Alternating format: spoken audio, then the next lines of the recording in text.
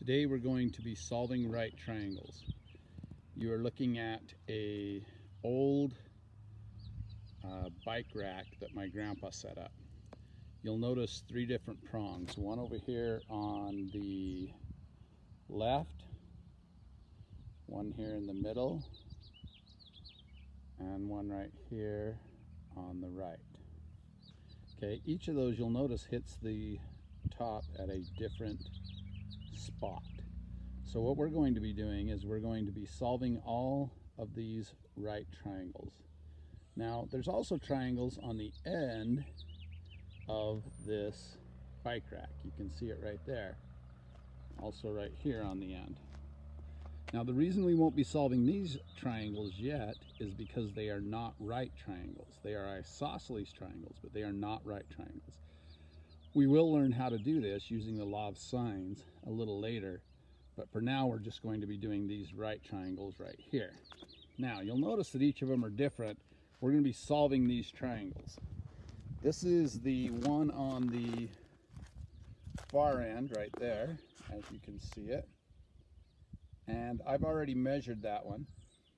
This vertical distance right here, I don't know if you can see my finger there. This is the vertical distance. That is 10 inches. This is the horizontal distance along here, and that is 9 inches. So I want you to write that down. 10 inches tall, 9 inches across. Okay, I'm going to measure this one next. I'm going to do that right now. Hopefully you can see it as I measure it. Maybe not. Okay, I'm going to stop this for a minute. But I'm going to end up measuring that distance along the bottom and then up along the top. So you'll have that horizontal distance and this vertical that vertical distance and the horizontal distance.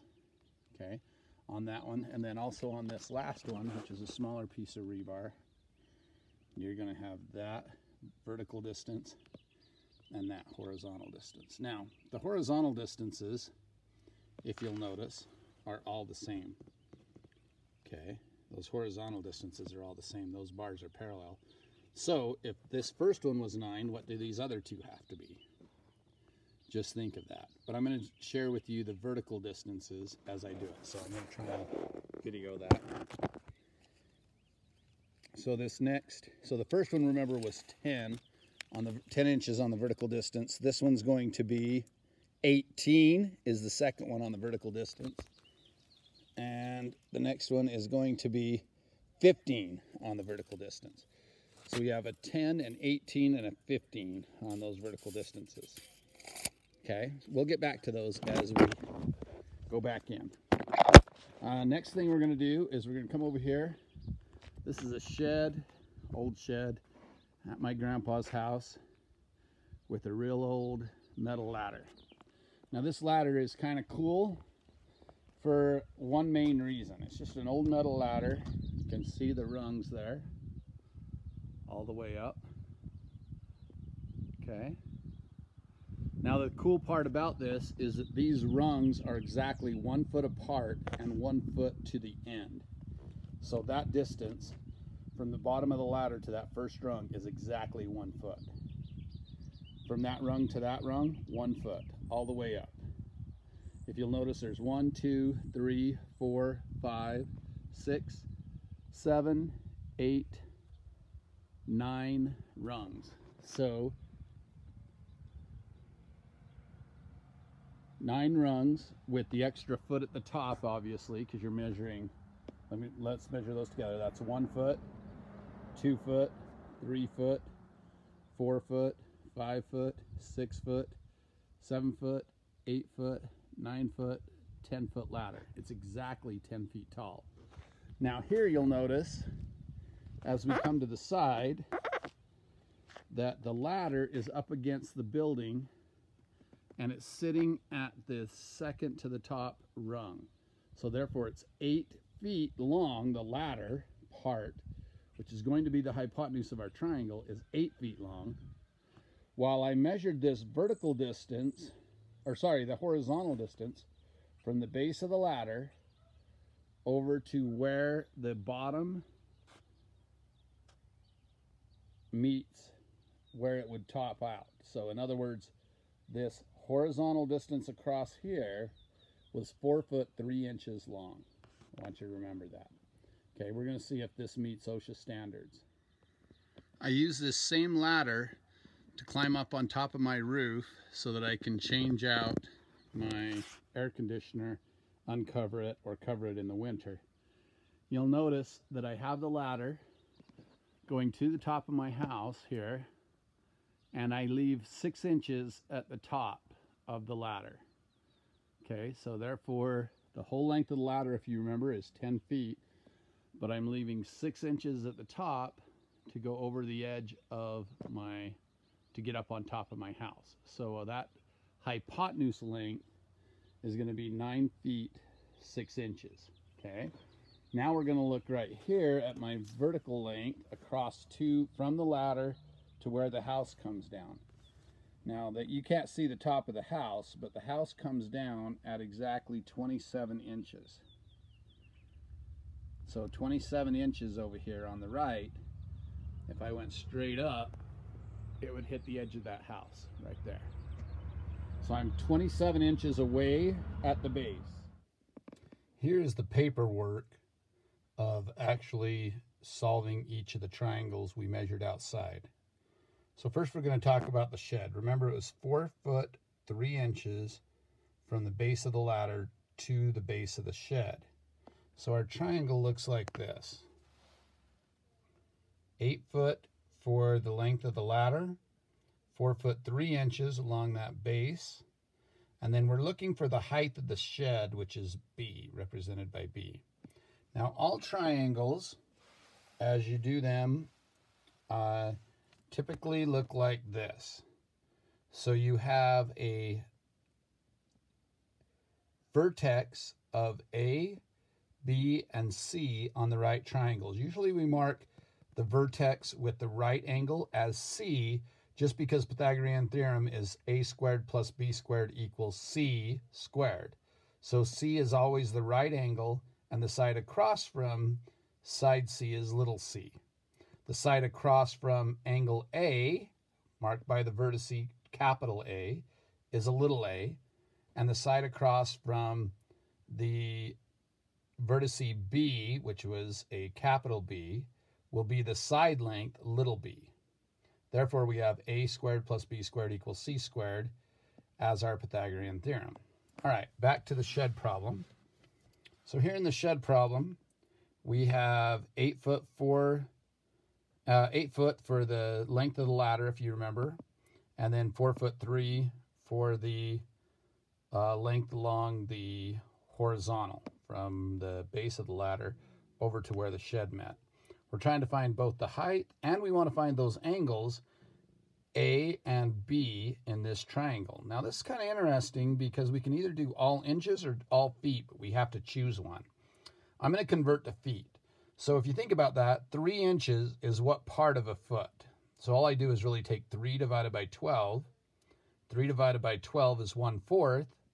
Therefore, it's 0.25. So I'm going to write that as 4.25 inches for that from B to C.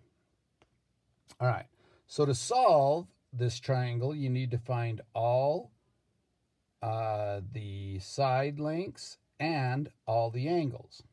We're first going to find the side length of B. Okay, and this is what we use. We use this Pythagorean theorem over here. A squared plus B squared equals C squared. So therefore, 4.25 squared, which is one of the, notice we're using the legs added together equals the hypotenuse. So 4.25 squared plus B squared, those are the legs, equals the hypotenuse squared, 8 squared. We do the math, we end up with 4.25 squared is 18.06. 64 is 8 squared. Then we subtract 18.06 from 64. That gave us 45.94. We take and square root both sides, and the side length B will end up being 6.78 feet. So that shed is not quite 7 feet tall on the side where the awning comes down. So it's 6.78 feet tall. All right, well, that gave us all of our sides, so I could actually fill that in right now on our triangle. If you'll notice, our side length A is 4.25 feet, our side length B is 6.78 feet, and our side length C is 8 feet. But now we got to find these angles of A and B. So the key here is always use, it says right there, always use the measured sides if possible. Okay, so I want to use the measured sides of the 8 foot and the 4.3 feet. So if you think about going from angle A, the side opposite is the 4.3 and the hypotenuse is 8. So you have to think SOHCAHTOA.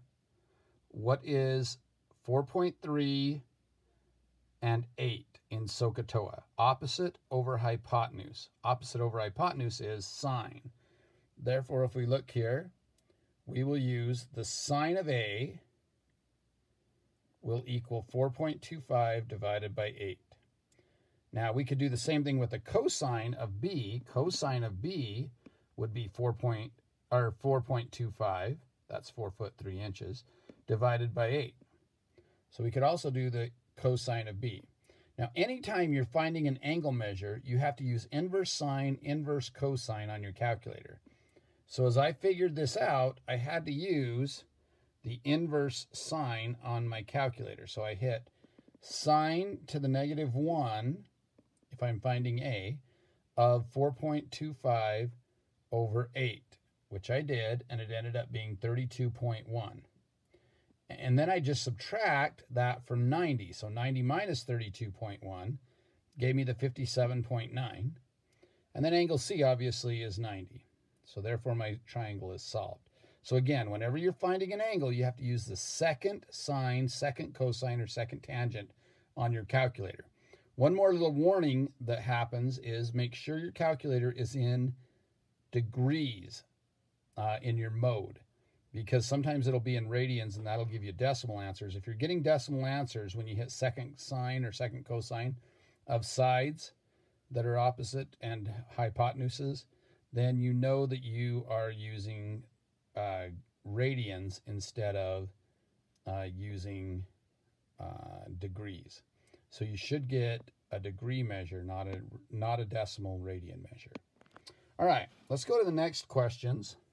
So these were the bicycle questions. We're going to solve all of these triangles. The bicycle rack always had a base length of 9, but then the heights were different depending on how we measured those. So depending on how long the rungs were. So we went 9 and 10, then we went 9 and 15, then we went 9 and 18. I'm going to do 2 of these 3 with you, and then I'm going to have you do the 9 and 18. So here we go. We're going to do the first one.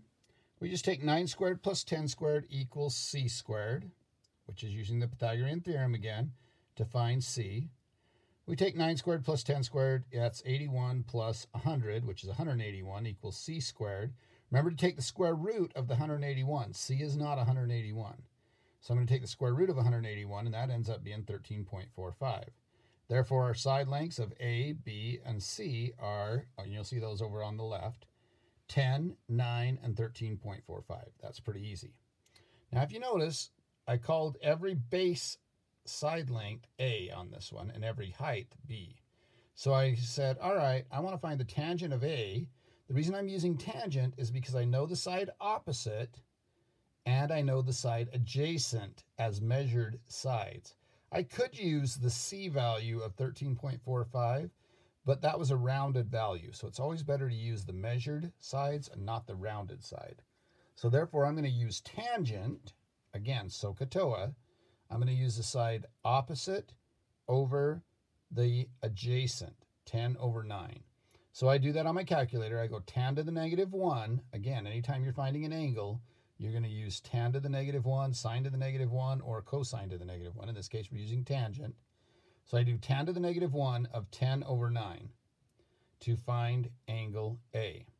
Angle A gave me 48 degrees rounded. And so therefore I just take 90 minus 48, and that gave me 42. You'll notice those over on the left. So therefore I know all my sides, 10, 9, and 13.45, and all my angles. Angle A is 48, angle B is 42, and angle C is 90. That's when you know your triangle is solved, is when you know all three sides and all three angles. All right, let's go to the second triangle, okay, which is right there.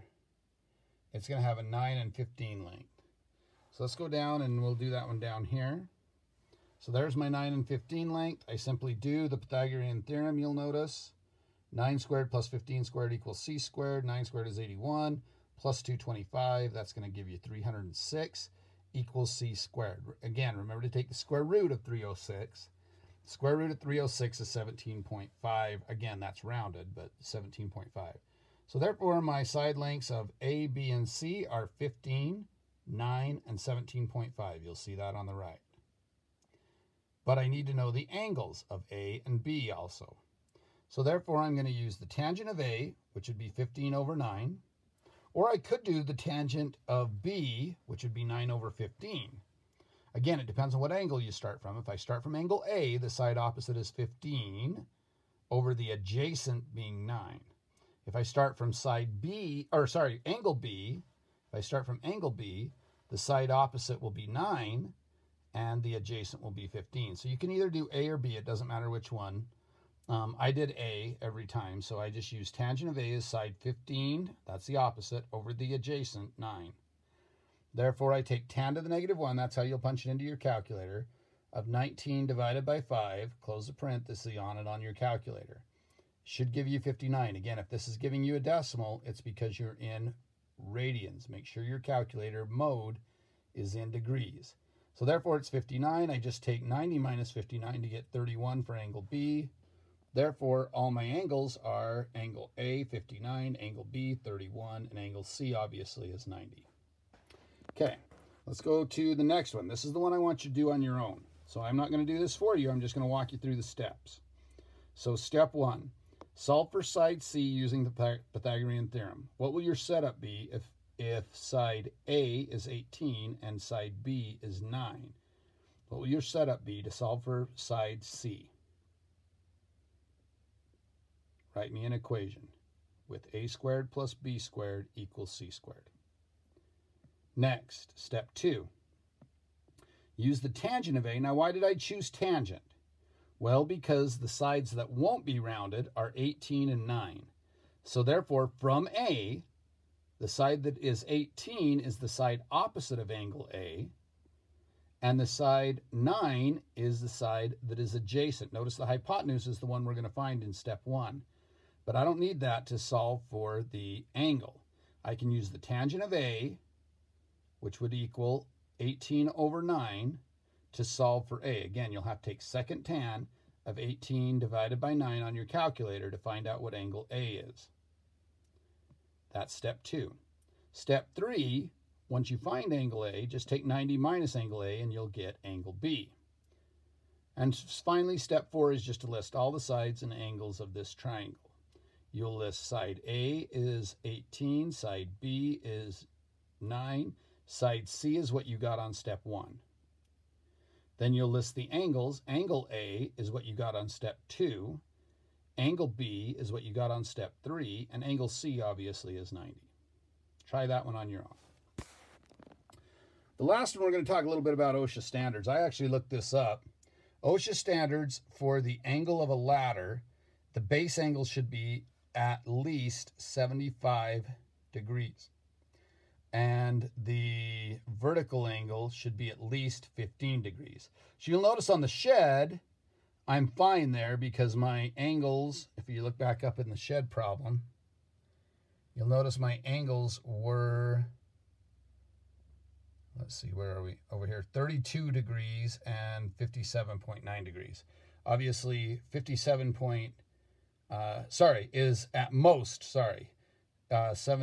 75 degrees and at least 15 degrees. So 57.9 is less than that and is less than 75 degrees. And the vertical angle being 15 degrees, 32.1 is obviously more than that. So it has to be more than 15 degrees for the vertical angle at the top. And the base angle has to be at most 75 degrees. So I wonder if when I climb up on my roof of my house, I'm really under OSHA standards. I don't think I am, but let's check and see, because it's going to be pretty close. So here we have the house problem. We want to find out if it meets OSHA standards. If so, how close. So step one, we're going to convert the inches or feet. So remember on the base side there, I said it was 27 inches. Well, 24 inches is 2 feet. 2 feet, 3 inches. Again, 3 inches is 0.25. So I'm going to convert everything to feet. So I've got 2.25 feet for the base. That was, remember, the 27 inches. And then we have 9.5 feet up along the side of the ladder, which is your hypotenuse in this case. Again, I don't know how tall my house is from the bottom to the top at this point, but I'll find it out. And that's what we're going to do in step two. We're going to use the Pythagorean theorem to do a squared, which is the side representing the height of the house, plus 2.25 squared plus 9.5 squared. Working all that out is going to give us an A length of 9.23 feet. That's how high the awning is of my house, is approximately 9 feet, probably 3 inches on the awning of the house. Now, step three, I want to find angle A. Okay, again, this is the base angle. OSHA says this angle A should be 75 degrees or less. Let's see if it is. So we're going to do that by doing the cosine. Again, the reason I'm using cosine on this one is because I know this side right here is a measured length, and I know this side is a measured length. So from A, this is the adjacent over the hypotenuse. Again, adjacent over the hypotenuse, think SOHCAHTOA. CAH, adjacent over hypotenuse, you're going to use the cosine. So the cosine of A is 2.25 over 9.5. So I've got to take second cosine. You'll notice this over on the right, right middle. 2.25 divided by 9.5, cosine to the -1. That's going to give me angle A is 76.3 degrees. Again, to find angle B, I'll just take 90 minus 76.3 degrees, and I end up with 13.7 degrees. Uh-oh, we got a problem, because OSHA says that the angle A should have been at most 75 degrees. It was 76.3. And angle B should be at least 15 degrees, and it was 13.7 degrees. So this really isn't OSHA standards, and I'll show you why that matters here in a minute. All right, so this is why when a ladder doesn't meet OSHA standards, you get in trouble, because if it doesn't meet OSHA standards, it falls away from the building easy. You can see this. So if I keep climbing, it's going to fall. That'll make me fall off the ladder, and that's what'll happen. That's why you got to meet OSHA standards. Stop it.